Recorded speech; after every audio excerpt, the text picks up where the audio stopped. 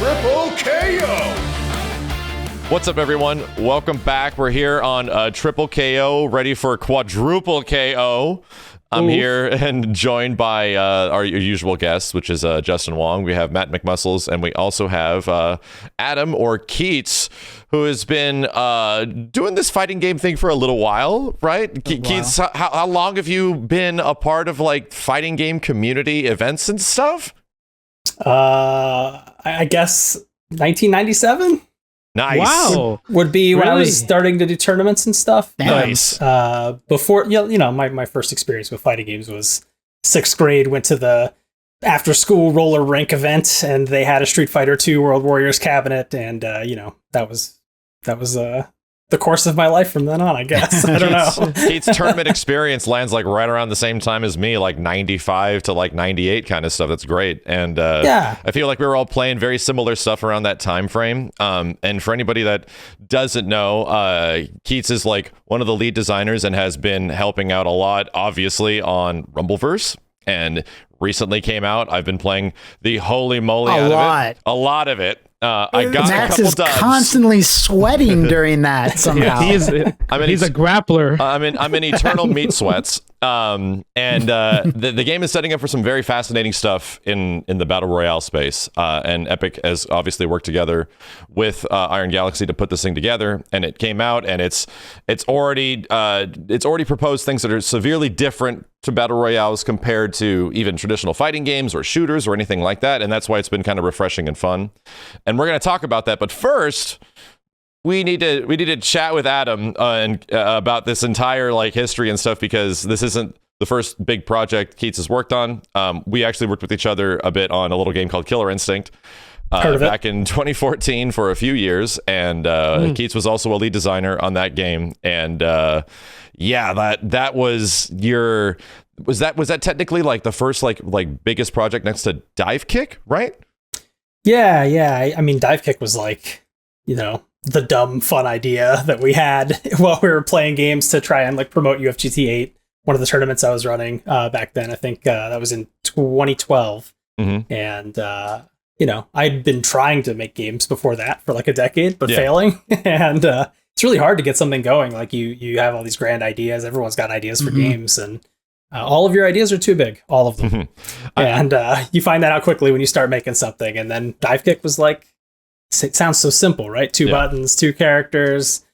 That took 4 of us like 5 months. It was so right? fun. It was hard. It was really hard. Think of the simplest idea and then pare that down. Yes. Like if you're going to start off, like I've learned that too.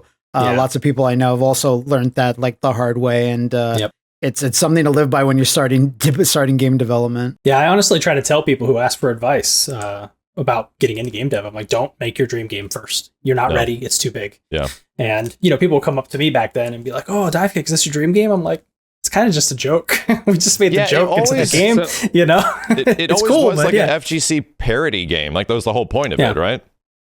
Yeah, I mean, it started as a gag and just a fun thing. But of course, as we developed it, we realized we had accidentally made a pretty elegant deconstruction of fighting games in general, which is pretty neat.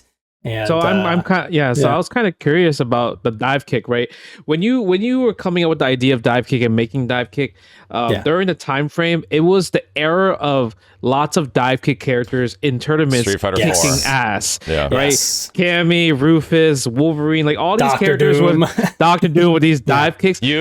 And I'm thinking, Yoon, and I'm thinking like, man, I wonder if Divekick was really meant for it, because that was the period where Divekicks were just killing everyone in tournaments, right? Yes. So then you have the actual game Divekick come out with these elements of characters that you can see come Kung Lao and the Redacted, like they all have resemblance of characters that we kind of know.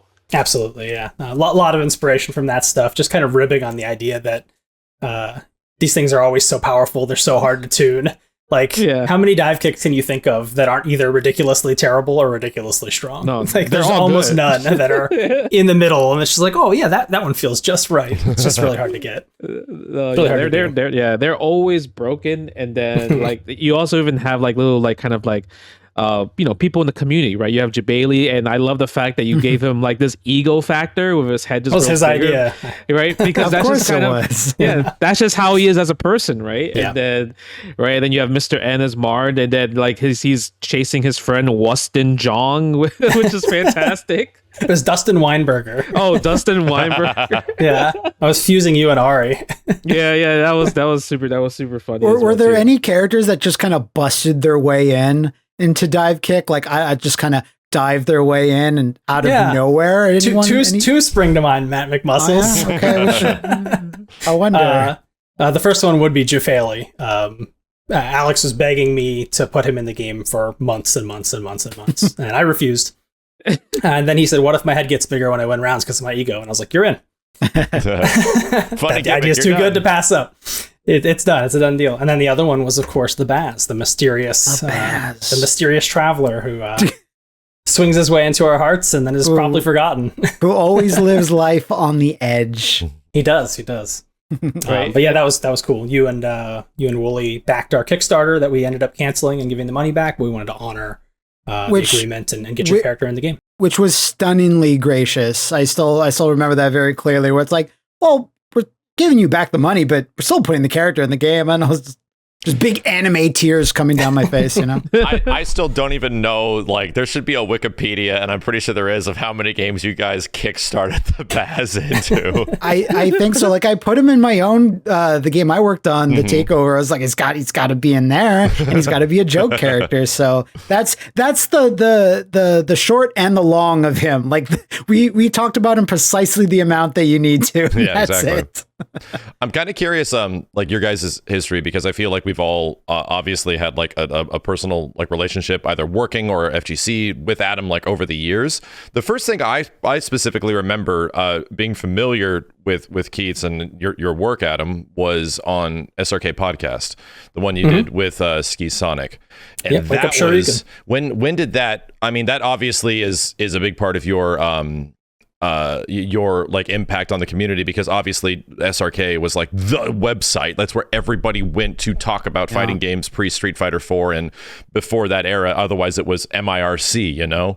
Yeah. So what was like to you, that was being like the spearhead of SRK probably was pretty important to you, right? Yeah, it was pretty big. I spent a lot of time on the IRC. My history with Ski was really interesting. Like, we were at each other's throats constantly on the forums, and in IRC we did not get along at all. And then we met up in person at one Evo, and I was like, I think this guy might be my best friend. And I guess he got similar vibes, and we just started talking about how we should do a podcast together for some reason. I don't know why, but we just clicked. Yeah, that was the era of like, there wasn't a lot of podcasts. No, like there wasn't. It was essentially like Ryan's podcast at the time, when he was having a very few amount of guests and stuff like that. So if you wanted to get like content specifically for the FGC, it was either Dogface or Bust, you know, or you guys that were doing Wake Up SRK. Yeah, so then when Shoryuken decided they wanted to do content aggregation on their front page and do like a news feed and stuff, they actually opened the floodgates and they were like, hey, if you want an account, we'll give you an account and you can write stuff. They were super generous with it. I think like 60 something people signed up for accounts. Only 4 of us ever posted a single thing, and only 2 of us ever posted more than once. And de facto, I became the editor-in-chief of Shoryuken because I was the only one posting. So, really? We made the podcast the official podcast of the site, and I was posting something like 16 articles a day, more than the entire staff of joysticks.com by myself for like several years. It was a lot of work. You were the really hubs. So yeah, it was a lot of fun. Me and Ski went out to a lot of events and took a camera, and we did lots of interview content. I'm sure I have interviews on my YouTube with Max and Justin. Yeah, from way back in the day at Seasons Beatings or whatever. I'm curious what Justin's impression is like the first time you guys like ran into each other, either tournament wise or whatnot. But I remember the first time. I actually remember it very clearly, and I'm sure he doesn't, because he was famous then and I was not. So I was trying to think like Like, because we met a lot of like during tournaments and everything like that. Yeah. But I think like the ones that really stood out to me was like the TVC era. For me, the TVC era that stood out. The Las Vegas Marvel's Capcom 3 like launched event that we were both there playing. Those two things, those two things, and obviously going to UFGT and playing those mini games with your dad. Like those three things are like the ones that really stood out to me. Where like these are my interactions with Keits. Yeah, Justin and I first met at Midwest Championships 2007, which was my first out-of-state tournament ever. It was the first time I had ever left my home state to go to a tournament. And at that tournament, I got high enough in Super Turbo to qualify for EVO. They were qualifying people who got top 8 that year. And I couldn't afford to go, but Seth Killian put his hand on my shoulder and he's like, you have to go. You got to figure it out. And my life would have been very different had I not gone, I think. So huge event for me. But I met Justin there for the first time. Obviously, I was aware of who he was because he's winning tons of tournaments all over the place. And it was just simple, like, hey, man, how you doing? Kind of, nondescript interaction that I'm sure he gets a million of and would definitely not remember. So that was my first meeting with Justin, and Justin was very, very kind to me. And that was great. Everybody was, actually. It was a really wonderful experience. Midwest Championships 2007 was in the back room of Nickel City in Chicago, and it was way too small. It's like a little party room for birthday parties or whatever.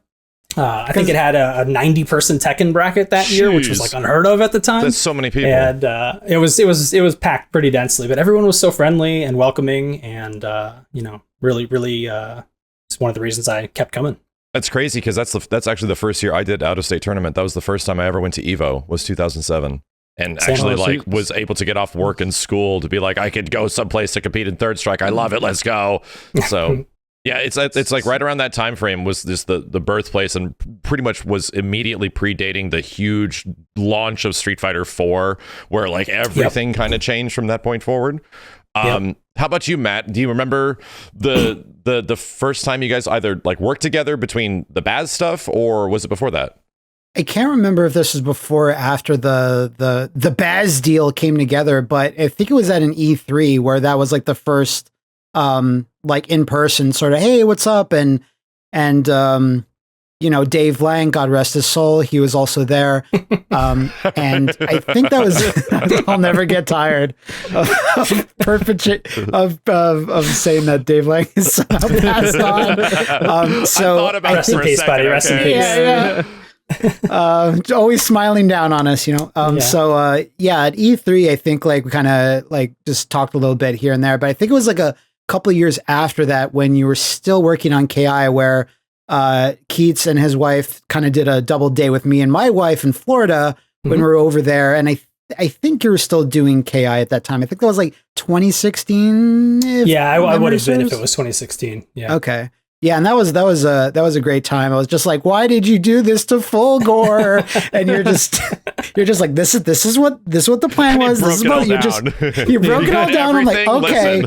Believe in the vision. It's for the best. I respect it, but then, like I was still grumbling later on when we left later that day. But I'd say that's aside from collaborating on the Baz, that was like, the major times. But when Justin told me about some TVC era, I was like, what? That's never been a thing that's come across my timeline, and no one's ever said it before. And I was just like, TVC eras, that must be like 2010, 2011 at the latest. Yeah. Yeah. 2010. Okay. Yeah. That's fascinating to me because it just, as good as TVC was, it just seems like it came and went really fast. So. I have to ask you, Keits, did you import TVC on the Wii and get those jank Wii arcade sticks with it? Yes to the import, no to the arcade sticks. Okay. We did some modding to get some real actual good arcade sticks working with it. They I did not brutal. get the I did get one of the jank ones, just as a collector's item, but I'm pretty sure I gutted it and put real hardware in there because the stuff in there was not good. Yeah, that time frame was pretty interesting because TVC literally was predating like Marvel 3.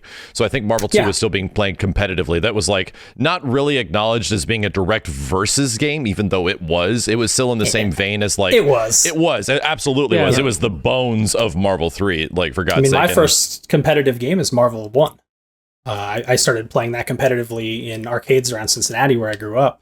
I worked at Kings Island. I had the arcade keys. I could get free credits, like that was when I first started meeting people who also took the game seriously and decided to try to get them together for tournaments and things of that nature. Right. So Marvel's in my blood, and TVC I obviously saw as like, hey, they're not doing Marvel anymore.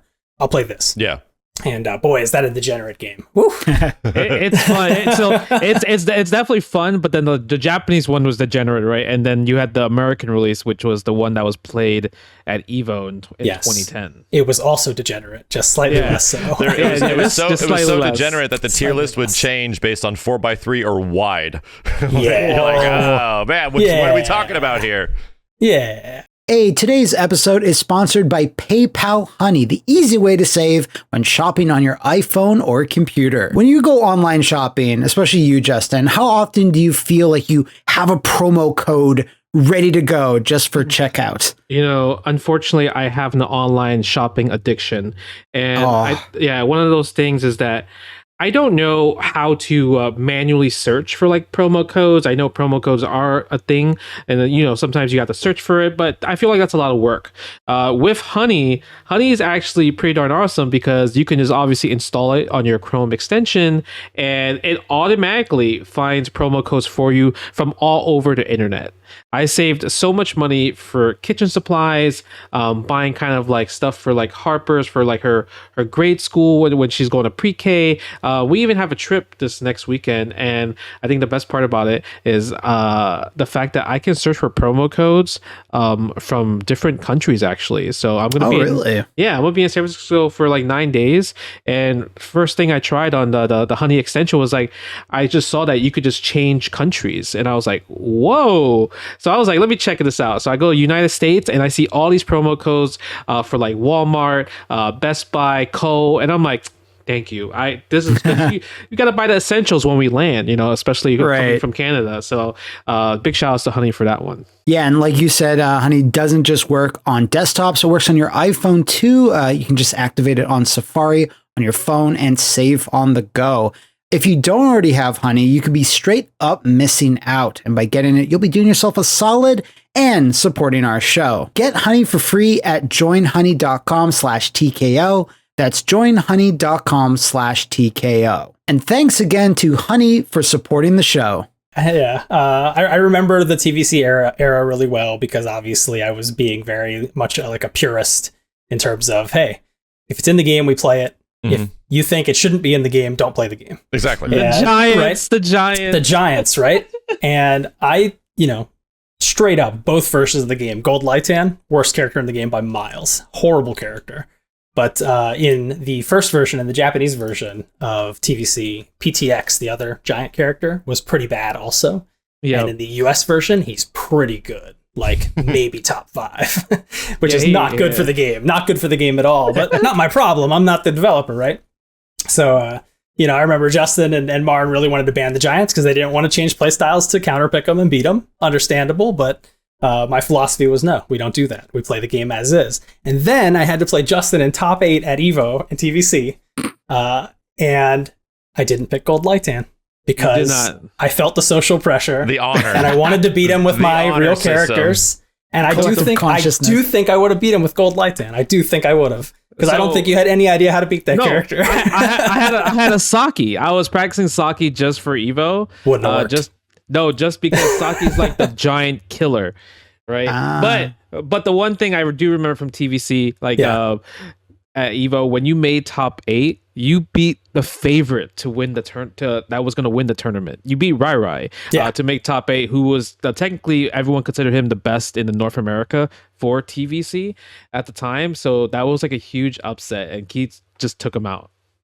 It was I did pick Gold Lightan against him. He did not know how to deal with it. But then I picked my real team after he counterpicked the Gold Lightan, which is it is what it is. That's the game we were playing. I went, I felt the pressure. I was like the first time being on stage that big. And, I'd heard Justin has a way of getting in your head and making you feel certain things. And he does. He really does. I go back and I watched the footage and I was winning. But at the time, I felt like I was losing because I hadn't hit him at all. Like I just couldn't hit him, but it didn't matter. My game plan was to just chip him out and keep running away. And it was working. And then I cracked because I just got in my head that it wasn't good enough or whatever, right? But it was a few months later where we reconnected at a really small tournament in Wisconsin. Oh my God. Got snowed out. We got to play a rematch, and I played with a much more level head. I still lost, But Justin turned to me and he said, "Your runaway is godlike." And that was like the best compliment I've ever gotten from a fighting game top player in my entire life. Oh, sweet. So, like the character that you play, what was Tekkaman Blade. Tekkaman, yeah, him, bro. He was running like a man. Oh, he was like Storm. He was like the Storm of Marvel's Capcom 2, but in TVC. And I was like, I could not catch him. He has for like the the life spear of me. with both sides, right? Yeah. But he's the faster one. He's the faster one. Gotcha. There's two versions of him. If you use him right, he's fast. He feels really awkward when you play him. He's actually kind of horribly slow, but he does things that are fast. Like his air dash starts really slow and then zips. And he has like a ground move that's kind of like rapid slash. That's also really fast, and you have to use that as a replacement for ground movement and stuff like that. Gotcha. He was cool. I enjoyed that character a lot. And his super was so cheap. Like so that fast. super was so fast. It was like instant. You do something. Oh, it's supposed to be safe on block, not against Tekkaman Blade. It's not safe against. So it's him. like a screen clearing super against assists and stuff. It's just like it's like a Psycho Crusher. Oh, wow. Just absurdly fast. Into animation. Yeah. Jeez. Into a cutscene. Around that time frame, were you already running UFGT, the Ultimate Fighting Game Tournament in the Midwest? So I started UFGTs out of my parents' house in 1997, and I did those for a few years, like twice a year. Stopped running them, I think, around 2002.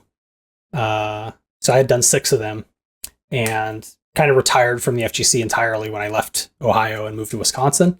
And it was around 2007 that a friend who used to come to my tournaments back in Cincinnati, those were like, at their biggest, like 35 people, right? Yeah. Not huge, but pretty cool for the That's time. still a lot. Yeah, it was cool. One of my friends from back then, his name's Gookie Poo Boy. He hit me up and he was like, "Haven't seen you in 5 years. I'm going to Midwest Championships 2007. I want to reconnect. You should come." And I was like, "Okay, I'm 3 hours from there in Wisconsin, and I'll drive down." And he did not show up, but I showed up there. Should have given it away. Yeah, I showed up and I had a great time, and I've been part of the traveling FGC ever since, I would say. Nice. And I feel like a lot of people might not realize this is your connections directly to larger events that eventually would evolve into Combo Breaker, because I was very briefly, because of KI and everything kind of happening around this very centralized location in the Midwest, went to the last UFGT to sort of be exposed to that. But right before it made the transition to kind of like Combo Breaker, and I feel like that was the time frame for you where you had like a lot of stuff you were juggling between running this big tournament and also working like crazy on the premier Xbox fighting game, right? Yeah. I would say the hardest year of my life, I was working full time on KI and also full time at Shoryuken doing the editor stuff still, and also planning UFGT. And also planning my wedding. Oh my all God. at the same time. It was brutal. But yeah, like Midwest Championships was kind of the key to all of that stuff. I had tournament running in my blood, and I really liked the way that Dream TR, Jason Wilson, ran his event when I showed up to it. I thought it was really, he's really commanding and clean and on task, and just things that I really admired. And I started, doing what people do when they're interested in that stuff. I was like, "Hey, can I run a bracket? Can I help? Can you teach me this? Can I do this?" Mm-hmm. And I showed up to that event a few years in a row, and he decided he wanted to stop running it. Yeah. And I had run a tournament in Green Bay called the Green Bay Gamma Bowl. It had 60 or so people show up to that. The Hulk logo on that was super awesome. Mm-hmm. And we also got snowed out at that one. And I was like, never again will I run a Winter Midwest tournament. Never. But Jason wanted to retire and stop doing MWC. And I had, the capital and the means to take it over. So I asked, "Can I do it?" And he said yes. So I ran Midwest Championships 2010 and moved it out of the Nickel City and into a hotel ballroom, which was comically too small as well. And I made a lot of mistakes running that, and I hated it. And a lot of people came up to me after that event and said, "This is one of the best run events I've ever been to." And that hurt my soul because I kind of agreed. I hated it, but I kind of agreed. I had been traveling around and things were not run super cleanly back then. Lots of delays, waiting 6 hours for my pool. The equipment was non-standardized, that kind of stuff. But I went back to the drawing board. Jason Wilson wanted the name MWC back, so I gave it back to him and decided to resurrect the old UFGT name and do UFGT 7, which would have been in 2011.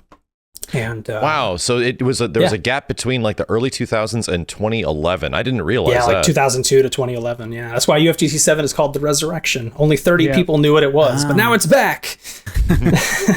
And there are a couple people still in the community who were at the old ones. You know, the Vampire Savior Champion Ailerus, he was at UFGT 6 back in the day. That was at Josh the Funk Doc's house. And the thing that the thing that made UFGT so interesting to watch, as far as like, this is a very early stream perspective, like this is Justin TV streams and stuff like that, was the fact that there was always these interesting things happening outside of just main game tournaments. There was these mystery game tournaments and stuff like that. People playing competitive games that you've just never even seen before, and that was genuinely fascinating. It was the thing that tournaments were lacking, was like this spectator presence, other than just making this thing for the people that are at the tournament just to find out who's the best, creating an entertainment event that everyone's going to love and enjoy, you know? Yeah, it's game designer brain. It's just creeping in, like, how can I make everything better? I'm in a panic until I can.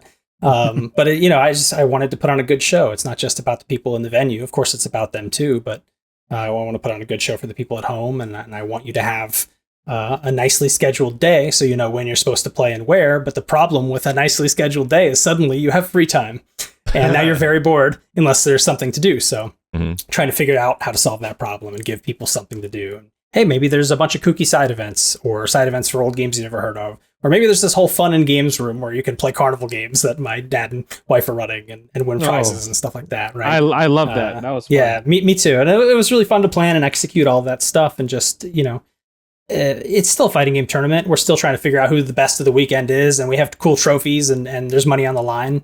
But also it's kind of a party, And everybody's just there having a blast. And you don't go home sour that you lost. You go home happy because you had the best weekend you could possibly have with your friends, That was my goal. It's funny that sentiment, that mentality, like directly carried over into Combo Breaker. Like it once again was like the blood of what would be Rick's big event, because Rick was also helping you out a lot in that time frame, right? Yeah, Rick became my right hand man pretty quickly, and Margot Curly W became my left hand, helping me with the brackets and the organization of everything, teaching them as much as I could, and it became, kind of a conflict of interest, or maybe too overwhelming, or maybe a little of both as the KI stuff was ramping up. So I wanted to step away from it. And, Rick wanted to take a swing, and obviously he's much better at this than I ever was. So I'm glad that worked out. Yeah, because I think even that last year you gave him kind of like an award, or telling people that like Rick is going to be the one taking over my tournament. This is my last year, and he's going to do his own thing, right? So I remember that I remember that definitely, because that was also the same tournament where you had these bounties for like Ultra Street Fighter 4, where you had people, whoever played the new characters and had the farthest in tournament, you'll get $200. So you could get 17th place with Hugo, and you're the highest placing Hugo, you would get $200. As long as you didn't switch. Yeah, as long as you don't switch. So that was already like a good thing to like kind of like, one, help people play more than what they know, right? And give the viewers and the spectators something else to watch, entertainment factor. So stuff like that was like really like super fun for me, that's just watching, because like normally you probably wouldn't even see stuff like that ever happen to a tournament, because everything's so serious, everything's so competitive. But I feel like anytime, like when you have a tournament in Chicago, it's like it has taken that kind of UFGT factor where it's like, let's have fun. Let's just like, there is serious stuff, but we can also do other fun stuff to make it just kind of more of a user experience. So I really love that. It helps it have its own flavor too, so that when you're deciding which events to go to, it's not just like, which city do I want to be in? There's a little bit more of a differentiation factor. When you're like, oh yeah, if I go to this one, I get to play Balrog Ball. So I'm going to go to this one. Right. Yeah. Like we've talked about this a bit before, but when like Justin was at Combo Breaker earlier this year, I was just saying to him, I think on an episode of the podcast, I'm like, out of everything that you watch, like as more of a mainstream person that doesn't compete, but as I like to watch, like Combo Breaker and like CFO are like at least to me, like the most interesting on the outside looking, and like, look at all this, extra stuff going on, like in presentation and just side tourneys and stuff. And they always strike me as like, they're not the most important, obviously Evo or whatever pro tournament is going on in terms of like payout, but like, as a viewer watching them. They always seem like the highlights of the year, at least to me. Yeah, I mean, the auction tournaments. Like anytime you see Common Breaker have an auction tournament, Keits is there, literally collecting all the money. He's still like, even though he's not part of the tournament, like he's still working the auction tournaments. He's like, I'm collecting money. I'm gonna make all these random teams or random character picks and like kind of unique strategies on how to make every year auction tournament different. And obviously Tupperware is there announcing and doing the whole auction thing, like $1, $5, $10, and stuff like that. And I would say that stuff like that is always the most fun for me to watch. Just because it's goofy, right? And it is. And who doesn't love seeing who doesn't love seeing a pro player or one of their favorite players play something that they're not used to, something that's taken out their element, right? So that's awesome. They're high drama too. You get a lot of upsets that are very visible. You don't have to know who's who to know that the person who paid $5 beating the person who paid $80 is awesome. Yeah. Right? Like you don't need to know any of that. I didn't get to go this year. The pandemic has kept me away. Yeah. I hope to go back at some point, but the auction tournaments are just a really cool thing that Tom Cannon came up with. And oh, nice. He had the idea, and I think he shared it on IRC one day, and I was like, can I take that and try it, like for real? And he was like, yeah, sure. So did a test run. I did a test run of it at an event in Ohio that I went to, and a power up tournament. You remember those, Justin? I remember power up. So one of the power ups, I did a test run of it with a small group in Street Fighter 4, and I thought it went pretty well. And the thing I always disliked about exhibitions at big tournaments were there was no difference between the experience at the venue versus at home. These were just two people who you were probably going to get to see play in the bracket play again in front of you. And it's just like, yeah, I mean, that's cool. I want to watch that and all, but there are tons of events that give that to me. How can I make it so that anyone could get on that stage for that shining 2 hours, like, and be a star for that moment? And the auction event is a really, I think, elegant solution to that problem. If you've got a few dollars in your pocket and you're willing to make a bet, you can try to make some drama on stage and become a star for a minute. I think that's really neat. I'm curious, before we get into like Iron Galaxy history and you like beginning to work with them and the big projects that they had, especially beginning with Capcom, I'm curious, how many tournaments from UFGT did you win, Justin? Oh, I don't remember. But how many trophies? Is it a lot? It's a good amount because like UFGT ran so many tournaments, so like there was no cap, so I like literally entered majority of them for the most part. Now there's actually caps and tournaments, which makes me sad. But back in the day, like it would be like me, Nerdjosh, Chris G, we would enter like 9 out of 12 tournaments, right? Yeah. And it would definitely make living hell for the TLs. I'm sorry about that. It did. Yeah. It's rough. Yeah. But then even besides entering a tournament, like I was invited to do a panel for Keits to talk about that kind of like the art of lame, and that was really fun because that was like actually my first time ever doing something like that. All right, today's episode is also brought to you today by ExpressVPN. Justin, do you have any? I believe you do. I believe you even have a story about ExpressVPN. Yeah, it's kind of crazy that like the best part is they're supporting this podcast for this episode. And a few months ago, I actually bought ExpressVPN because I had the most FOMO of NBA finals. Living in Canada, we don't have the opportunity to really watch NBA because, who owns cable TV anymore. So in order for me to watch NBA on I would say on PC, I would have to be connected to a USA server and then go to YouTube TV. So ExpressVPN really saved me right there because I see all these people tweeting about the Golden State Warriors, and I'm like, nah, I need to watch this. I need to see my man Steph Curry. So I got ExpressVPN so I can connect to YouTube TV and connect to a cable provider just so I can watch NBA finals of 2022, right? And then, so that's one. Another one is like, it's crazy. Crunchyroll is a anime subscription service, but guess what? I was in Japan one time and I couldn't watch anime. Crunchyroll for some reason does not work in the land of anime in Japan. So if ExpressVPN, that's going to help me keep up to date for all the crazy weeks, all the crazy animes of that season. So that's why I assume even when you're at home or abroad, you never go online without ExpressVPN. Is that correct? 100%. We definitely need to keep track of everything. I mean, you know how many times like Netflix in America has so much more superior stuff. We gotta wait. There's so much stuff, man. So with ExpressVPN, it really helps us to kind of like keep up to date and not get spoiled by the likes of the internet. Right. And with ExpressVPN, it also keeps all your information secure by encrypting 100% of your data, the most powerful encryption available. And you can protect your online activity today with the VPN rated #1 by Business Insider. Visit the exclusive link expressvpn.com/TripleKO, and you can get an extra 3 months free on a 1-year package. Go to expressvpn.com/TripleKO to learn more. And thanks again for sponsoring this part of the show. Really? I was super nervous. Was that? Oh, really? You didn't seem nervous. Yeah. Was that 2014, Justin? It was definitely the last year. It was the last year. That was 2014. That would have been 2014. I think it was me. You. I had one. Mike Ross had one. You had one. And I think Seth Killian also had one that year. That sounds right. Yeah. I was, and Dominion. I think Dominion and Chris G had one as well too. Gotcha. But I was super nervous because I was like by myself, and I'm like, oh my god, I don't know. Oh no. I was the same exact way. But it turned out well. It was people loved it. Seems like, and then it's also on YouTube.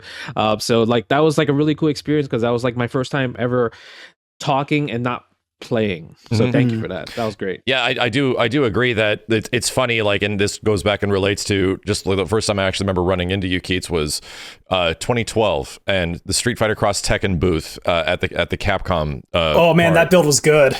Yeah, and it was that was a good build. At that time, I was just starting off with the Sesame stuff and just really beginning the first few months of what would be my YouTube like LOL career, and you guys like literally hit me up about getting impressions and stuff like that, and it was the first time it's like, wow, I'm being interviewed for the website that I've been a member on since 2001 or something like that. Like this is it was such a huge like crazy moment for me that like, wow, people actually care what I have to say about this stuff. This is so cool. And then a few years later, it was like, hey, we want to get you to come down to, UFGT to have a panel. And I was like, wow, this is crazy. Like, this is just so I have to give you guys a big amount of credit for that. It was like the first moments I had to be like pushed into like a spotlight and to try to figure that out and find my voice and stuff like that. So in the community, especially.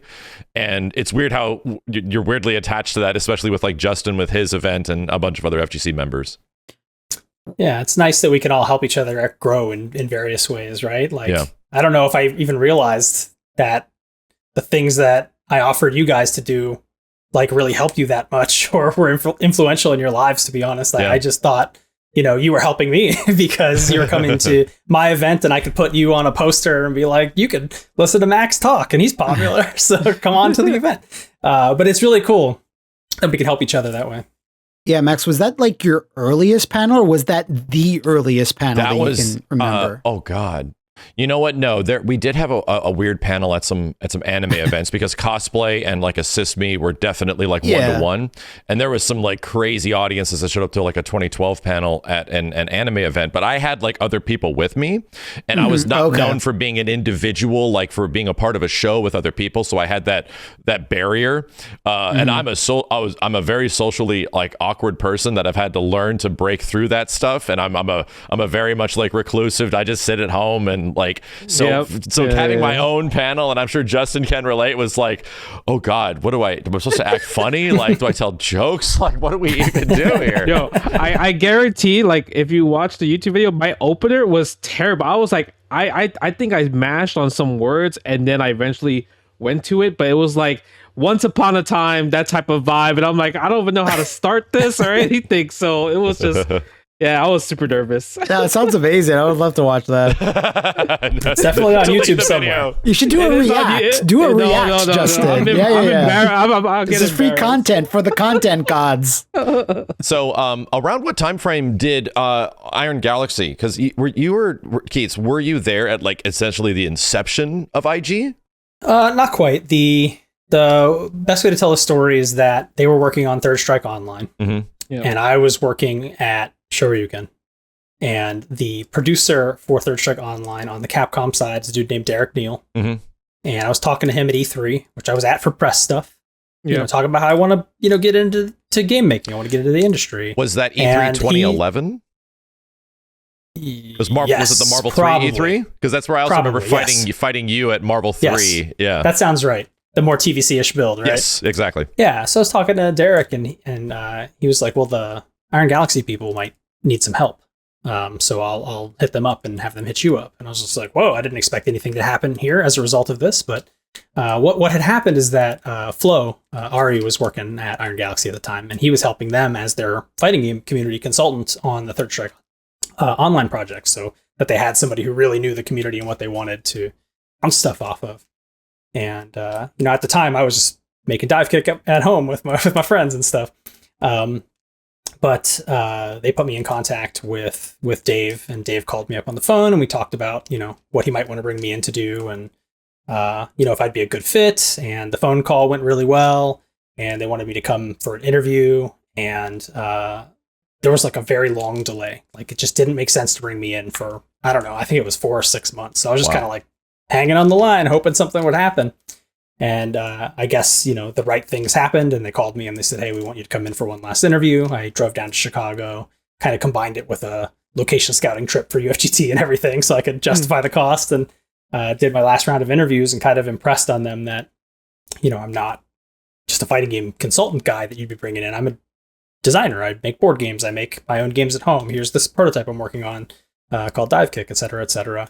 And they brought me in as a designer, as my title initially, and they put me to work at first, you know, doing what Ari was doing, just consulting and helping make the product better and being the lens of the fighting game community. But they started to have features on the next projects, like, you know, the Darkstalkers Resurrection and the Marvel vs. Capcom Origins pack, where they needed a designer to get in there and do some stuff, like all the tutorials and the combo challenges and stuff in the Darkstalkers Resurrection pack. I scripted all those. Gotcha, I designed and scripted all of those.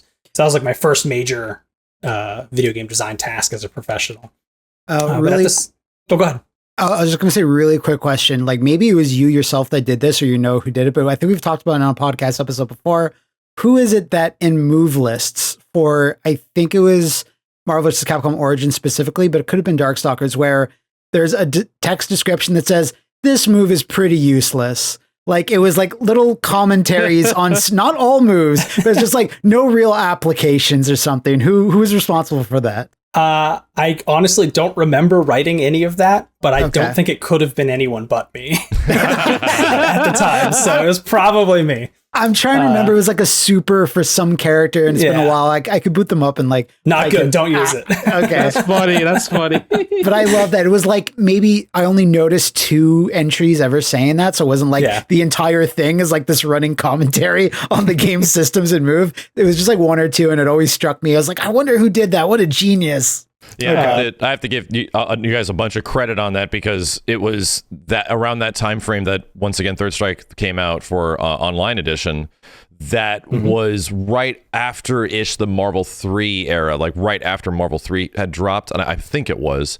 And then suddenly there was actually a means to play Third Strike online outside of GGPO, and it actually had good netcode and was the most feature-rich and better audio and all this crazy stuff. I still say to people to this day, if you want the premium experience for Street Fighter 3 Third Strike, you should go hunt down online edition on a 360 or PS3. Good luck. Good luck. It's unfortunately never been backwards compatible, which I think is one of the biggest like injustices to, you know, the fighting game scene from the Xbox 360 era.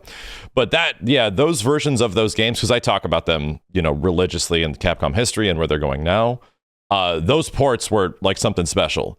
The amount of love, care, and attention that were put into Third Strike and then Marvel Origins as well as Darkstalkers was truly something else. And it was also spearheaded by the first generation, I guess technically second generation, because HD Remix potentially was the first one to use GGPO. That's and fair. This was you know, right after, it's probably around the same time frame. To actually use rollback netcode, you know, so my perspective at that time had changed, right? I had played GGPO to know how good online fighting games. The third eye was open. Yeah, and that's when my bitching arc sort of began, where it's like just complaining about the latest netcode. Me, right there side by side. On that the whole time. I'm just curious, like how that entire was this the connection to like the Cannon brothers and just an understanding of how the entire scope of the fighting game community was with online games and tournaments? Was that the thing that sort of spearheaded like rollback netcode and that big association with Iron Galaxy? I mean, I was pretty close to Tom and Tony at the time when they put up the very first versions of GGPO that only had Street Fighter Alpha 2. Mm-hmm. Like, I was in that first initial test group, and that was, I had been playing on Kyera with 6 to 8 frames of fluctuating delay before that, and trying to live my best life as a keyboard warrior, and the GGPO test was a revelation. I was just like, oh, you can do this. You can play a fighting game online, and it can feel almost offline, right? Yeah. And from that moment on, I was just like beating the drum of everyone. You have to see this. You have to try this. How do we get this into commercial games and future games? And obviously, there are a lot of challenges there with adoption, both on the tech end. Hardware performance is an issue, but also the understanding of why we need it and why a company should spend a little bit extra to do it this way instead of the way that they used to do it, even though they still sell 3 million copies if they do it the other way, right? Yeah. Those are challenges, but I had nothing to do with Third Strike Online having GGPO. I'm sure that's some decision Derek Neal or whoever made to make that happen. And of course, we were going to use the same type of stuff for the rest of the ports that we did after I joined Iron Galaxy. I helped with some updates on Third Strike Online, but I wasn't there from the beginning of it. Gotcha. But it was just natural to continue to beat that drum for us. We had gotten really good at it. The engineers, especially Ramon at Iron Galaxy, had a strong passion for this, for making it better, and always finding little ways to improve it, even beyond the initial versions we had seen from the canons. And of course, they made their own improvements too, which we got to see in Rising Thunder, and hopefully we'll see again in Project L and all that stuff. But we've been beating that drum this whole time, and it was really cool to see Double Helix announce that they would have rollback netcode in Killer Instinct. And for me, that was like, well, I played the demo at E3 with Max, and it was like a blast, like incredibly fun. And my interest was like almost 0 before playing that demo. And then it was like an 8 out of 10. And then I found out it was going to have rollback. And I was like, okay, I'm at an 11 out of 10. I'm ready to buy an Xbox One for this. Xbox One now, yeah. Right. And, started playing that. So I also had nothing to do with rollback being in KI. Like, I just coincidence, it just seemingly like lined up in all these different ways. I'm kind of curious that process, because I can already hear like so many other people that are trying to get into game development, and how your experience was, where you eventually got into being like a Cody, right, where you are now working in the code and designing characters and figuring out how things work. I'm not an engineer, but I am a pretty hands-on designer. So I do work in tools or in script to be pretty hands-on. I guess the best way to describe what I do is I write down a list of all the Legos I'm going to need, what shapes and colors. I give them to engineering and art teams, and then I get the Legos back, and hopefully they're all the right shapes and colors and stacked the way that I expect. Maybe they won't. And then I got to put them together in the most fun way possible. That's basically what I do. Your experience at the beginning when you first got into Iron Galaxy was something very different, between like figuring out other modes and stuff like that, not exactly related to the stuff you would essentially do now, right? I wasn't building characters or gameplay yet at that time. I was building, tutorials and scripting other types of features like that. Yeah. But, on the side, I had already been working on Divekick, so that was my first foray into like gameplay and character interactions and stuff. See, that's the interesting part to me, where it's like all those little experiences that you kind of had complement where you eventually go, because it echoes a very similar thing in my situation, where you essentially just need something to get your feet wet, right? Where you're like, okay, I'm going to come in here with little experience, kind of have an open mind, be able to learn and figure stuff out in a relatively quick pace, and all of a sudden now you're kind of good at it, Yeah, I'm honestly, the reason I think I'm really good at this is that, and I shit you not, I have played as over 8,000 terrible Mugen characters. I have only 8,000. I have scraped the bottom of the barrel. I have played the worst feeling, most broken characters that you could possibly imagine. And there are a lot of juicy lessons about what not to do in my time with Mugen. That's an interesting tidbit.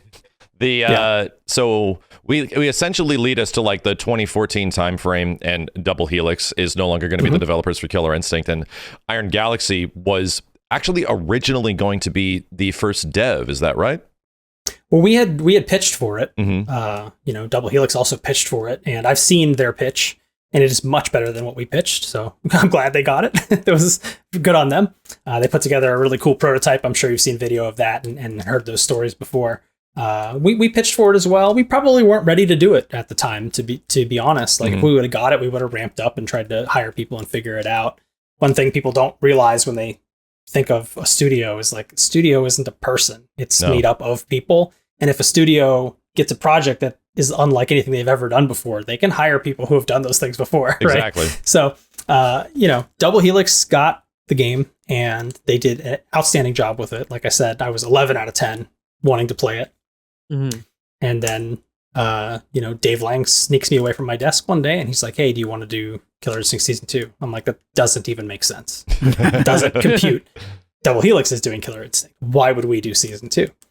And he said, well, they're probably not going to be doing Season 2. And he couldn't tell me why at the time, but he was just like, I need you to know everything about this game in the next month. Wow. And I started playing it really hardcore just to make sure that I was really polished on it. And as you all know, it kind of came to pass that Double Helix was selling and would not be able to continue. And we had some nice talks with Microsoft. They really wanted to bring us in. And then when the deal was done, we a small team of us flew over to Double Helix's studios and we camped there for a week and they showed us everything. They showed us all their tools, all their pipelines, all the lessons they had learned. And we went home and a few weeks later we were trying to race to build TJ Combo for E3.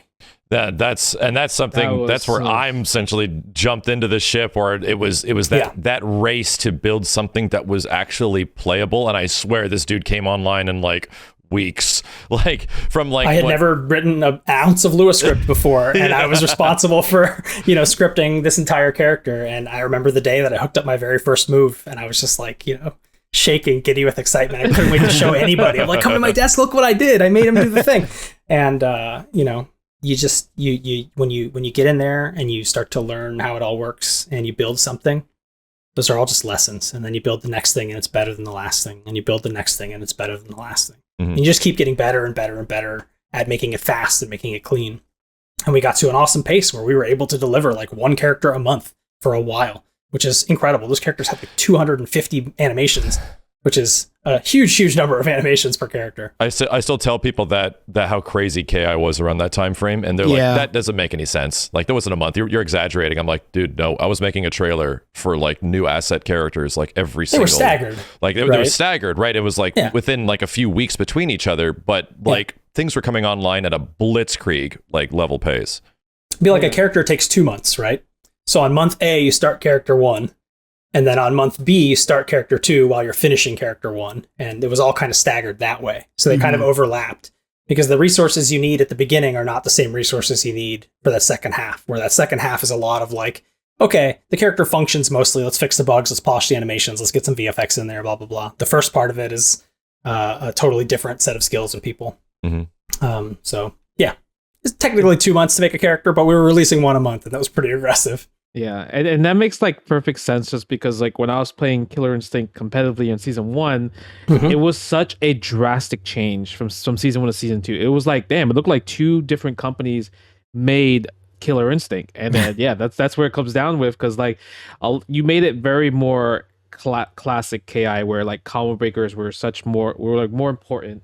And the mind games were more important if you want to break at the same time. Because season 1 was very, like I always tell people, it felt like very Street Fighter-ish. It felt very like, you play footsies and everything like that. But season 2 definitely played more like KI. Like it had its own identity. And then even the characters that you made were like insane. Like they were like, I would say the most unique characters in fighting game history. Because like those characters were just beautiful. The fact that TJ Combo came back like Dark Phoenix, that was so crazy. That was so crazy. But not over yet. I just love Hisako. Hisako is like still like by far my favorite character of all time. For me, it was kind of like Broccoli Man, when Broccoli Man was rumored for a long time. Matt, I want to tell you, Broccoli Man was on the table for a brief time. Oh, wow. When we were talking about doing a couple more remix characters at the end, which is where like Kilgore and Shin Hisako came from. Broccoli Man was an idea we kicked around. We almost did it. And I don't know how many people realize that you are the motion capture actor for Con Ra, right? I was, yes. We did very little motion capture. We did motion capture just for TJ and Maya and Con Ra before we decided it really wasn't saving us time and we would just go with hand animations. Plus, especially since our characters are getting more and more monstrous and less human. Oh, yeah. But yeah, I did the motion capture for Con Ra. But just all of Aghanos's kit, when that was just first shown off, I was like, this it doesn't make any sense anymore. This isn't even a fighting game. I don't know what this is, but I love it, and no one else is doing stuff like this. And I think on our favorite fighters episode of this podcast, I think I stated that Hisako is like in my top 5 like greatest fighting game characters of all time. Like I have her keychain over here. I still have my KI figure of her over there. Nice. Like still the GOAT to me. The fact that That's she's awesome. like, you know, a Makoto, like all that kind of stuff. It's funny. I love KI and its development, how you feel the influence of like the previous fighting games that even Iron Galaxy worked on, because it's great that Double Helix and you guys understood that KI has always been a parody game. Right, it's been a game that essentially in a way, parodies just other mechanics and other fighting games, like, and it just throws it all together in something and becomes its own identity. And KI continued to have that, where it's just like, oh yeah, it's like little bits of these games, little bits of this game. There's some Darkstalkers in here. There's some Guilty Gear over there. There's some Third Strike over here. Like, I love that about Here's it. a character who's the whole Marvel team. Exactly. Right. Enjoy. And there was so many interesting things that happened during that development, because while I wasn't like programming things with you guys, I was on the floor just figuring out story mode stuff, and we were trying to figure out trailers and how story mode was going to look and the visuals of it to figure all that out. And I learned so much just about game development and how things actually work, right? And the stuff that I'll never forget is that things just don't happen. Right? You have an idea for something and people just assume that, okay, yeah, you have an idea, it's just going to happen. And it's like, bro, like fireballs could not move in any direction than forward or back. Right. In the first builds, like IG had to figure out how to angle fireballs and change their directions because the engine just didn't support it. Make them curve and bounce off floors and pretend to be little minions and all kinds of things.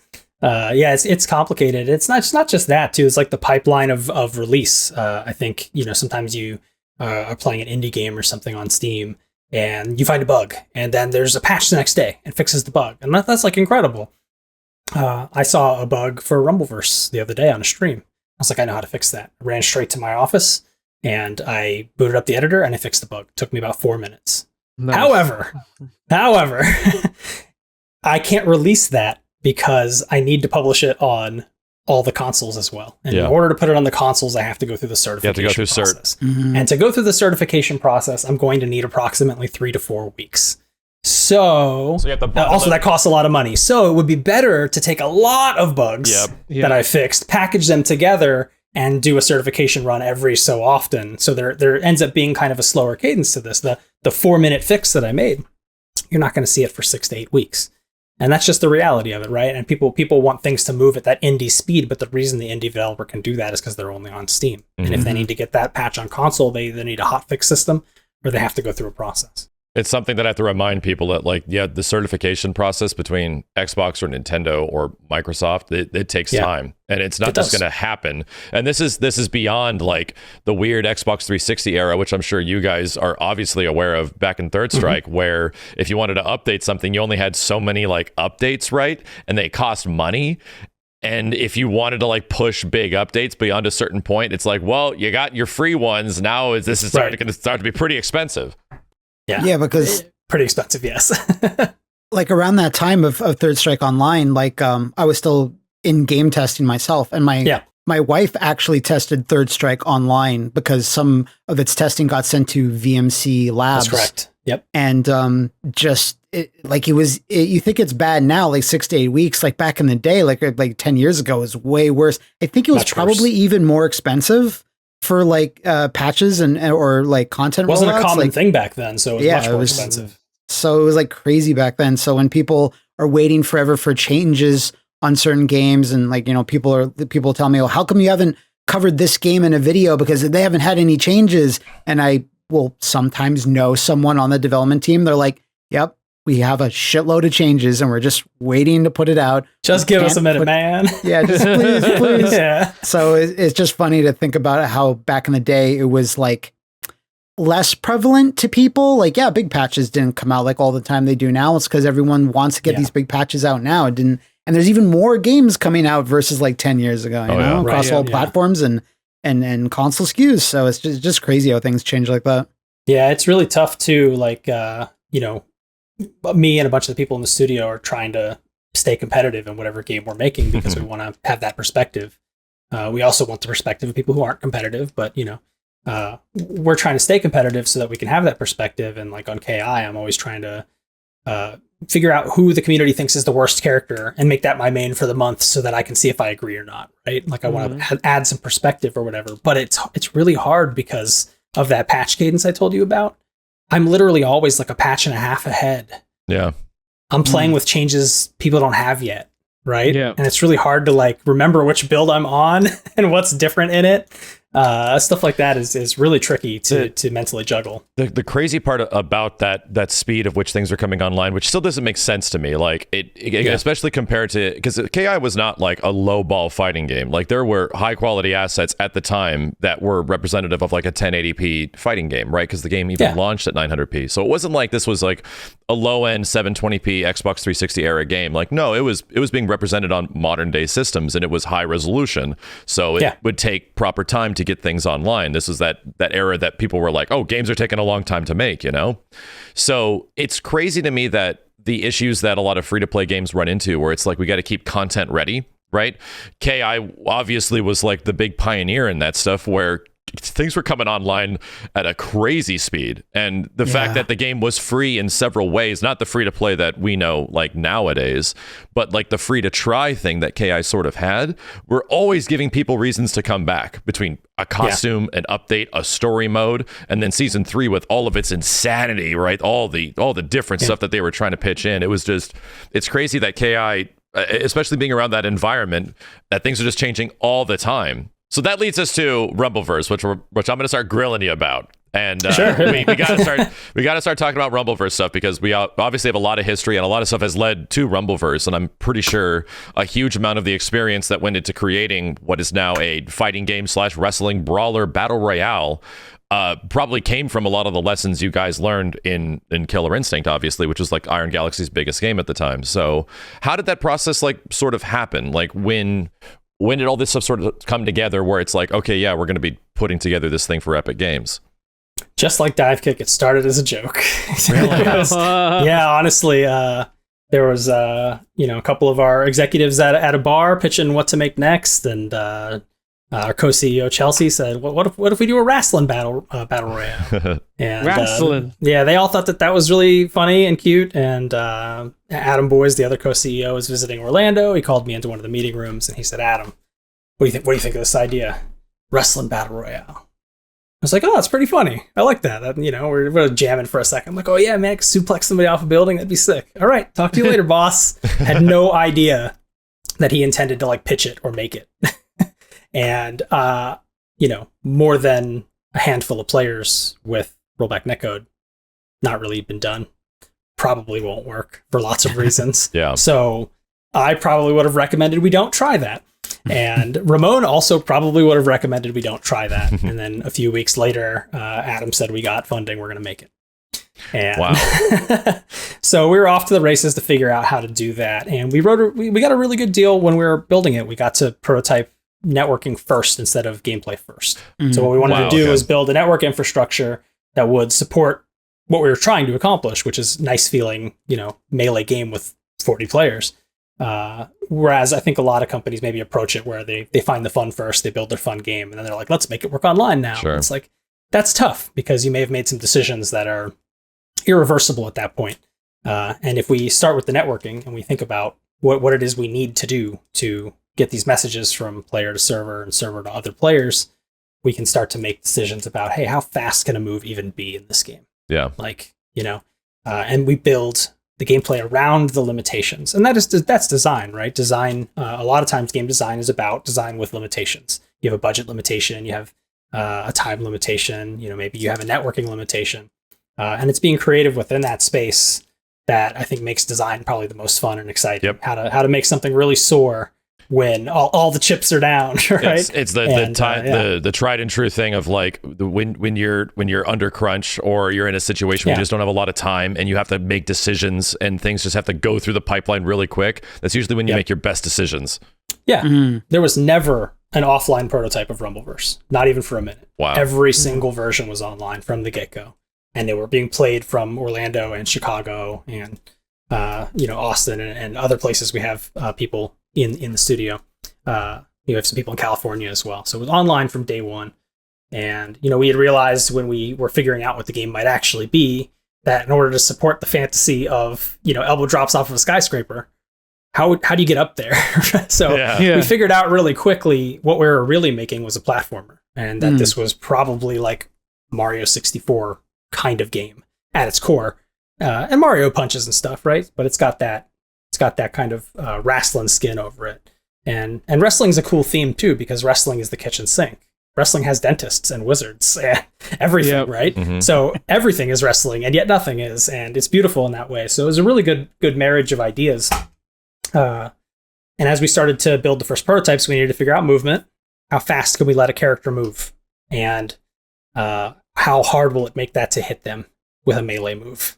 Hey, the moves have to be this slow. They have to be minimum 12 frames, or the network doesn't work with this type of game. Mm-hmm.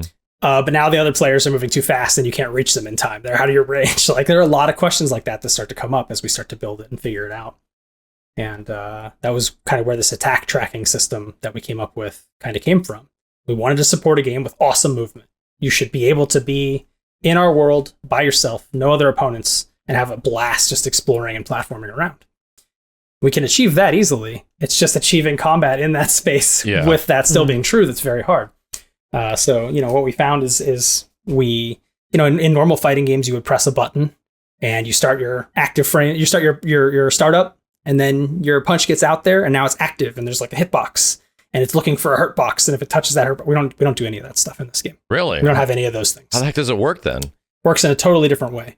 So what happens is when you press the button to do the chop, your character starts the animation instantly.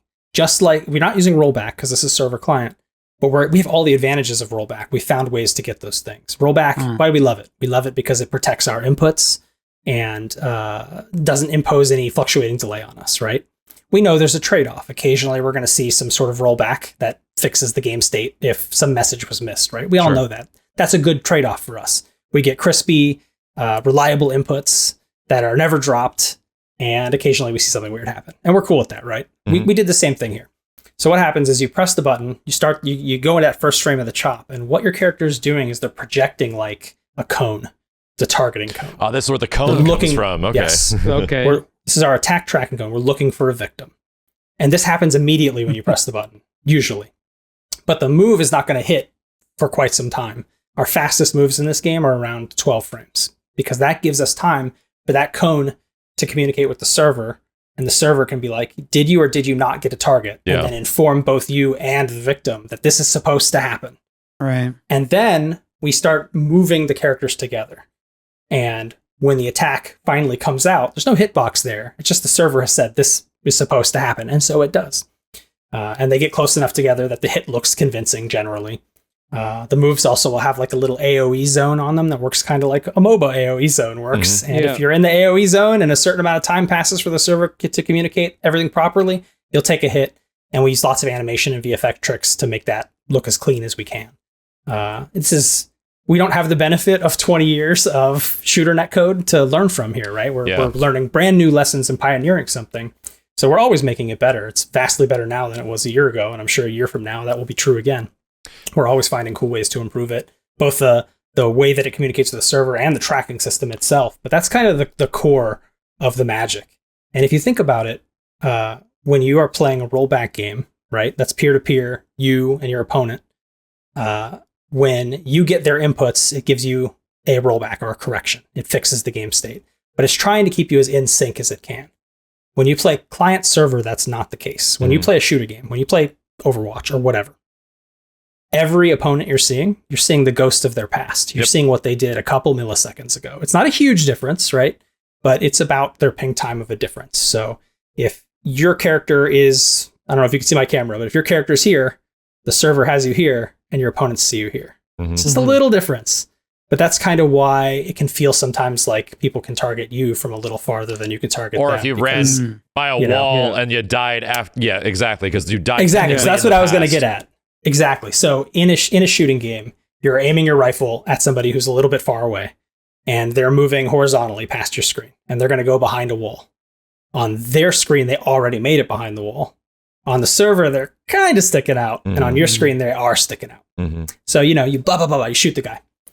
And we reward you with damage. We favor the attacker in this case because the victim doesn't feel that bad. They don't go into hit stun. It's kind of fuzzy looking anyway. They take a little damage. Everyone accepts that it's okay. It's just, it makes the game feel better. Now do that same situation with a punch. Yeah. You're walking by me horizontally. You're behind the wall on your screen. On the server, you're kind of halfway. And on my screen, you're not behind the wall yet. And I punch. And on my screen, I hit you and you go into hit stun. And on your screen, my fist is nowhere near you and you're in hit stun. And now you're like, I hate this. This is the worst game I've ever played in my life. Gotta go ahead and hit that uninstall button and get the hell out of here. And that's the problem we have to solve. And this attack tracking system really does it for us because it allows the two ends to communicate. And instead of just saying, you press punch button, your character punches, every move in our game hops forward a little bit. And if it finds a victim, it hops forward and a little more and curves and gets to the victim to make sure that those things actually sync up when the hit is supposed to happen so that you can get those like really juicy feeling impacts that you want from a melee game, or you can get those grapples that are synced up perfectly so that, you know, when you're choke slamming somebody into the pavement, it feels great and it looks great. And like I said, there's a sacrifice there. Sometimes you're going to see something weird. Sometimes the server's going to correct you because your game simulated it wrong. And you're going to see some weird jerky thing happen. And we can continue to improve those and make those situations less and less often and feel better and better. And we are, and you'll see that soon. You just need experience to see that. Exactly. The more real world experience we see from people, the better we can make this. And it is a young technology, but you know, we'll make it better and better and better. And I'm really proud of what we've accomplished because I'm, as you know, very picky with netcode. Yeah. I've already finished the battle pass in Rumbleverse. I play it a lot. And I have to give you guys credit already because Rumbleverse has already gone through some substantial changes, even within its first week of being like officially available on Epic Game Store, where there was the first few days we were playing the game, it took a long time to get into matches. We were sitting in the Rumbleverse lobby for quite a bit before we got into games, so there was anywhere between like 2 minutes to 5 minutes where we would finally find a game. And within, I swear, like 2 to 3 days, dude, we were getting matches every 30 seconds. Like it was crazy. And it was honestly my biggest gripe of the game of just like, yeah, this is the thing that's sort of taken me out of here. And you guys focused hard on that super fast. Yeah, we wanted to correct those with our betas. But unfortunately, we didn't get nearly the volume of players we got at launch. Yeah. So we weren't able to expose the issues. But the team was really fast at figuring those out and getting it into a really good spot. And of course, it's important, right? If you lose, you're mad. But you're only mad as long as it takes to get into the next match. So the faster that can happen, the better.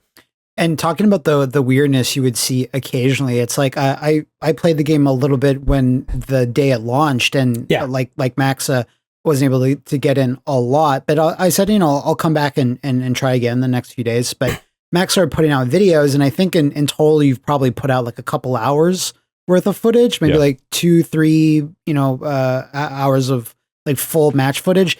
And every time I was watching Max play, I'm sure he's even a better authority on this, is just like, maybe out of all those hours, there's like 3 instances where something like weird happened. And Max is like, that was weird.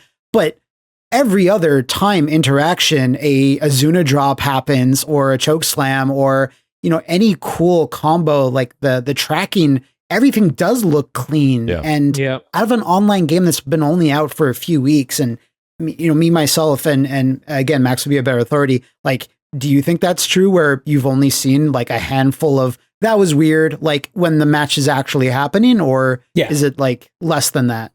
Yeah, I think that's pretty accurate. I play a lot myself as well in the wild. And I would say probably out of 200 interactions, one of them is weird, usually. That's about right. And it's weird. And I'll kind of caveat that. And I mean weird in a way that I think we could improve, right? There are some things that the internet is real. Let's not be bashful about it. Sometimes your packets aren't going to make it to their destination. It's not your fault. It's not your hardware's fault. It just happens, right? There's nothing we can do about that. If you're like, I've seen clips, people will post the clip and their character is like getting counted out of the ring, even though they're inside the ring. But if you look at all the other characters in that match, they're walking into walls and looping animations. That player lost their connection. Yeah. There's nothing we could do about that. Your internet took a dump at the moment. That sucks. There's nothing we can do about it. And occasionally you're going to fight an opponent who has a bad connection and their character's going to do some weird stuff. And that's going to be harder for us to improve. We'll try, but it'll be harder. Imagine playing 40 matches in a row with different opponents in any of your favorite fighting games. how many of those connections would you say would be bad enough that you wouldn't hit rematch? Even like a rollback situation, there would still be some. Still be a couple, right? Now you got to fight 40 people in one match. And a couple of those are not going to have the best connection, and we'll make it as better as we can. We have some improvements in mind, but sometimes somebody's connection is going to be that bad, and it is what it is. It's at least the entire experience isn't hampered, right? Like of all those people, like 38 players that you engage, if you happen to in some way engage with 38 players in a match, that would be functional and working and responsive, and then a couple would just be weird because it's still down to not like a game state where everyone is screwed. No, there's like a couple that are just not going to be making the connection that others are. Yeah, people will say, oh, these servers, and it's not the servers. That person's connection is not great, right? Yeah. But what you need to realize is if they're warping all over your screen because their connection's bad, guess what? They can't see anything. Everyone's warping all over their screen too. Yeah. So just press one of your big buttons and they'll probably get hit. Just raw super that dude. Just raw super or run away from him. And whatever. You can play it to your advantage as well. But the message I want to get out there is that we want to preserve the integrity of your inputs. That means we have to preserve the integrity of your opponent's inputs too. So sometimes you'll hear like a hit sound. Yeah. But it'll kind of correct into a block. We have to preserve their inputs. They blocked as late as possible. Takes time for that message to get to the server and to you. So we have to do a correction. But you would want us to preserve your inputs if you blocked at the last frame, right? Mm-hmm. Yeah. And that means we have to do that for your opponents as well. So that's kind of the message I want to impart to people. We have lots of things we can improve on it. There's a bug currently where some of those hit and block sound effects don't truncate properly when a correction happens. So it sounds worse than it should. We'll have a fix for that soon. So there's a lot of stuff like that we can improve.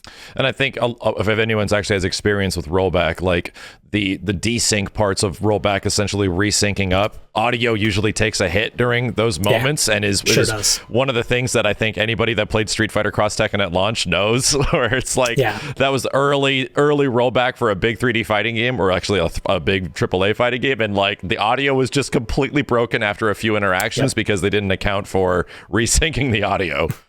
We use a lot of interesting tricks, like we use a little bit more hit stop than most games use. And we're actually using that hit stop to mask a server communication. So it gives us more time to let you know if that was a successful hit or not. And as that hit happens, the VFX we spawn, the hit spark, it would be like blue on block or yellow on hit. We don't spawn either of those. We spawn white. That will fade into the correct color after we get the message. Oh, that's awesome. So, like it goes white, yellow, or white, blue, and it still looks really natural either way. It doesn't give you a false communication. The audio bit is where we have some bugs and we're making some improvements. But there's a lot of cool things. Things like that are honestly the big difference when you take your consideration of how your players are actually going to be playing your game. Is this going to be a game that's mostly offline? Is this going to be the game that's mostly online? And from a core fundamental part, like even though you guys aren't using directly rollback netcode in a situation that has 40 active players in a room, you have to come up with solutions that will give you a result that isn't really unsatisfying, Correct. Yeah, exactly. And I think we have. And I think the user base will speak to that as well. I know people get frustrated over this or that, but we are working on finding improvements, and we appreciate your feedback. We've come a long way from like other online Melee, like, I don't know, Iron Phoenix on the Xbox, or that one Melee-based Unreal game with Raiden that was in it. The one that you could you had weapons, like just guns, but also like a Melee like rule set as well. And it's been a while since anyone's attempted anything on this scale. And when you said you're basically playing 40 fighting game matches at the same time, you built a game to account for that. I've never, that's exactly what you've done. I never thought about it like that, because when you think of, shooters like COD or something, it's not the way your mind works about it. But because Melee works so differently, like these solutions are really smart. As soon as you said that white into color thing, I was like, I didn't even notice that, but that sounds so brilliant. And you're not supposed to notice it, right? Yeah, I'm spoiling the secrets, the magic. But is there anything else you can spoil? Honestly, yes, we should get into that. But it is like 39 back-to-back fighting game matches, and in a way, except for Matt, while you're fighting Justin, Max might fly in from off screen and obliterate your bows, right? Out of nowhere. And it is cool to build a game like that. Like, I've always been a fan of arena fighters and stuff, and I want the depth out of them that I want out of any game. which they rarely deliver. But our opportunity here was to really look at what is the chaos of this kind of player count like, and how do you mitigate it? And that's where like the dodge canceling bailout system comes from. And, you know, if you look at a one-on-one fight in Rumbleverse, the options are pretty reduced. It's not a super complicated thing, right? There's not a lot to learn, but you get really overloaded as a player, mental stack wise, when you have to keep track of the spacing and patterns and what's happening around you and perks of two people, while also watching for people flying off of skyscrapers. And right, there's just a lot going on. And I think there's a beauty in chaos in games. Yes. And I think there's also a beauty in the type of skill set that it requires to mitigate or navigate that chaos. Thank you. And oh my God. Thank you for saying that. I think that's a really cool thing to test. Like Rumbleverse is a game that's really about improvisation, and it's not about like mechanical execution. It's not about learning frame data facts and stuff like that. It's really about improvising with what you can find and what you can gain, and trying to mitigate and control as much of that chaos as you can. Yeah. And you won't be successful every time. It's not a game you're going to have a 50% win rate in. Some people do somehow, which is wild, but it's not a game you should expect to have a 50% win ratio in against same skilled opponents, right? In fighting game, if Justin Wong played against Justin Wong's win rate should be 50%. Yeah. But in Rumbleverse, if Justin Wong plays against 39 Justin Wongs should have a 2.5% win rate, right? So you have to look at it that way. That you shouldn't be expecting yourself to like dominate or win over and over and over again. It's really tough in the streets of Capital City. I think the most I think the most I ever had in Rumbleverse with the win streak was probably just like 2 or 3. It was never anything. Feels good though, right? Yeah, it was good. It felt really good. And then after that, the next game I get like 39th place or like last place, and I'm just it happens. Yeah, into some dude that knows how to play. Yep, it happens. And that's the really fun thing about Rumbleverse is like, it is to me like the most beautiful combination of being like a fighting game player, because there's clearly a lot of that built into it, and also really experiencing like the emergent gameplay of a battle royale game, where it's just like I can't tell you how just amazed you're that something happened and clicked into something that engaged with this mechanic that I've never even seen engage with that mechanic, and now you're effing dead. like and did I plan that to happen? Not exactly. And I think the best example I can use is the Azuna drop, which you can't control where it goes. It just goes backwards, and you sort of launch backwards into something, and I hit like an awning, doing, and then it backwards again, the awning into a car, doing, and I'm like, oh my God. Like those kind of moments are essentially what make like battle royale games really fascinating, where it's like almost a sandbox in a way of interesting, crazy things that are you purposely going to land into this stuff at all times? No, but you're going to get some stuff every once in a while that, like, if you combine all these mechanics, it's some crazy emergent BS that is just makes you feel like a god. Makes you feel like a god. Yeah.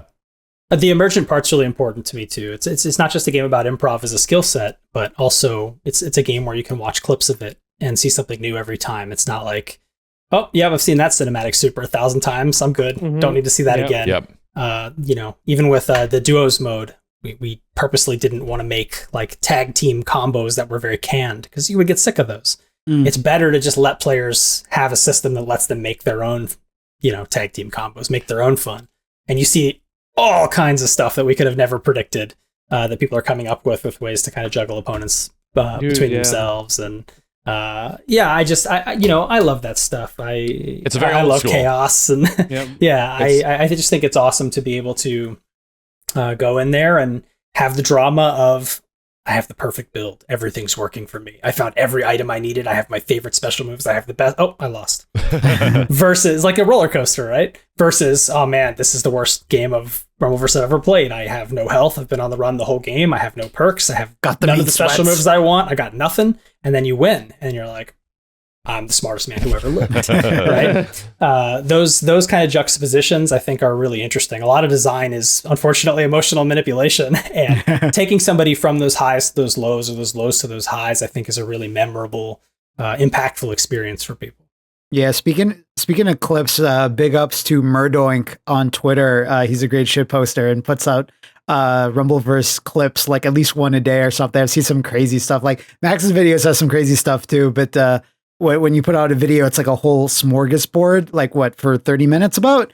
And Murdoink just makes some great clips where I'm like, I need to find some time to get back into this and play it today. Maybe when I finish this video. Oh wait, there's another video, and I haven't gotten around to the nitty gritty myself. But every time I see a clip, I'm like, oh, how did that? Did anyone plan that out? No, you couldn't possibly have.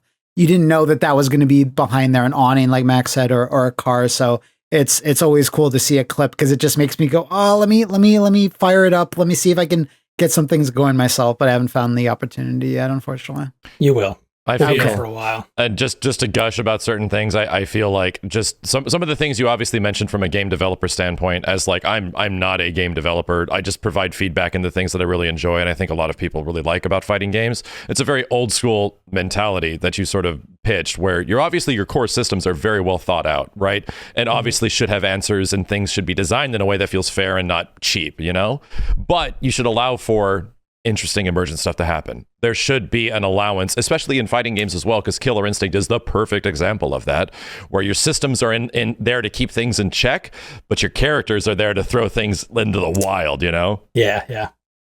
So yeah, I think it's important that, the usual skirmish between you and me is going to take, a minute. We're going to have to land like 4 to 6 moves on each other each to finish the fight. But sometimes somebody just gets obliterated. It's like the wrong thing happens, right?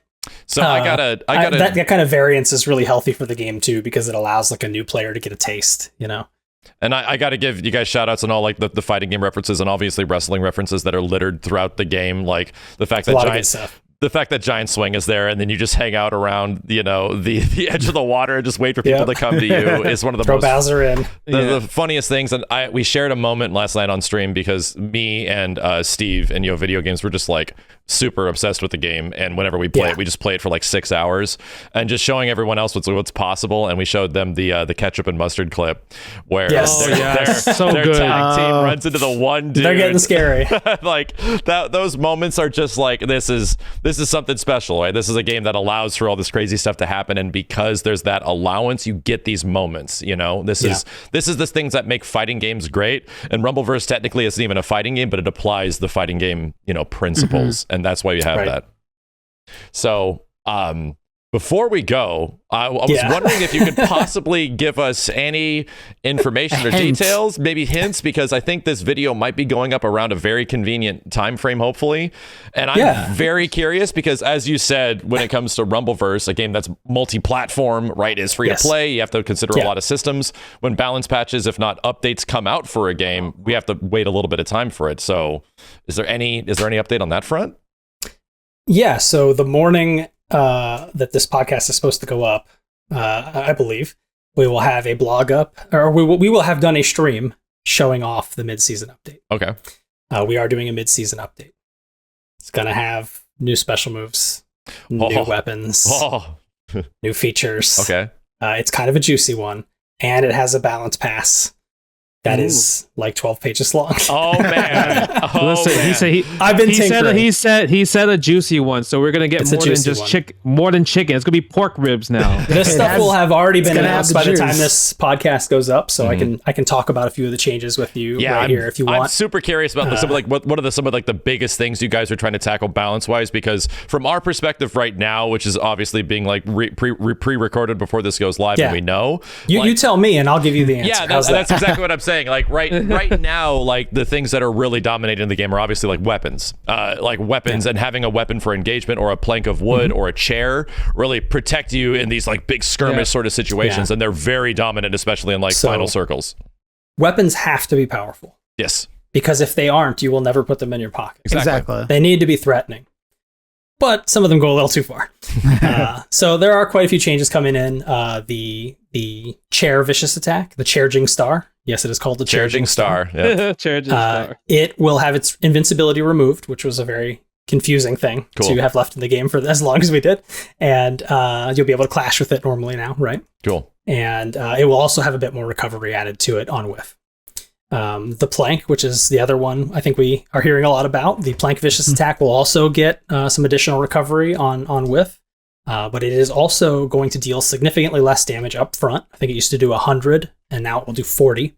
And follow-up hits will scale. So instead of doing 100% with your super, Okay. It'll do like 80%. So it used to be plank into super would do like 820 damage without any buffs, and now that'll do like 616. Significantly less. So for Matt and Justin, people would just essentially store like 3 planks in their inventory a lot planks of the time. Planks are dangerous. Yeah, and you would run across somebody, and the vicious attack on plank is pretty quick and unblockable. So you'd get a full combo after, and then combo into your super, and most of those engagements result in a death. Yes. So we don't want to knee jerk to any of the feedback we get, and we don't want to overstep or overcorrect, right? Sure. We want to take steps in the right direction. So these things that we did to the chair and the plank, I think they're good changes. It's possible they didn't go far enough. We'll find out. Yeah. And then if we are hearing we didn't go far enough, we'll take another step, right? But I don't want people to expect the types of changes we're going to make to be leaps. They're going to be steps. Yeah. And we'll get to the destination together over some time, but keep the feedback coming and all that. What are your other problem points? I can spoil a few more for you. I was going to say, I'm looking forward to more special moves to see what other legally distinct names you can call certain wrestling moves, because I'm always a big fan of Diamond Crusher. I was just that's good. Jacked, everyone, the wrecked shot instead of the jacked shot. Yeah. Exactly. The big new special move for this update is going to be very familiar if you go back to the beginning part of this podcast. Okay. Real? Oh man! Now my brain is racked. So my okay. My other question is, go ahead and say it. Wow, go ahead. It's the dive kick. It is. So we have dive kicks in. Damn. Okay. That's so would you believe me if I told you it has a just frame called the perfect dive kick? Oh god! There's an electric dive kick. There is. I think the other question I have immediately, because you are adding new special moves, are those brand new specials, or are they some of the level 2s that will now be level 3s? We are going to be, alongside the dive kick, adding a additional tier 3 of a move that didn't have one before. So can we announce which one that is? It'll be the Izuna drop. Yeah. Nice. Okay, great. Because was one thing I was about to say. Izuna drop always kind of felt like one of the flashiest, coolest looking ones that just didn't really output in some of the same ways the others one did. And it was I wish this one had a level 3. So I'm very excited for that one, because it's obviously the coolest looking grab in the game. Yeah. So this is a mid-season update. It's not going to be like a full initial season, but this kind of sets the table for what kinds of things you can expect to be added. Sure. Okay. So there will be new tiers of old moves. There will be brand new moves with brand new animations. Same with the weapons. There will be new tiers of old weapons. There will be brand new weapons that function uniquely. So lots to see, but got any more balance concerns you want to get some spoilers on before we end it? I'm trying to really think if there's things like balance-wise outside of the weapons, just because that is so like obviously dominant in the game at its current state right now, like a couple weeks before this even happens. I think the one thing I want to ask is, what was the one that was the toughest in trying to figure out how to get it to work on your end? Because clearly there's so many things that can happen in this game. Like, what was the stuff that was really like on the edge of your brain? Like, how do we fix this kind of stuff? Yeah, a lot of it I don't really have that struggle with. It's like clear where we need to go, and we can just take a step in that direction.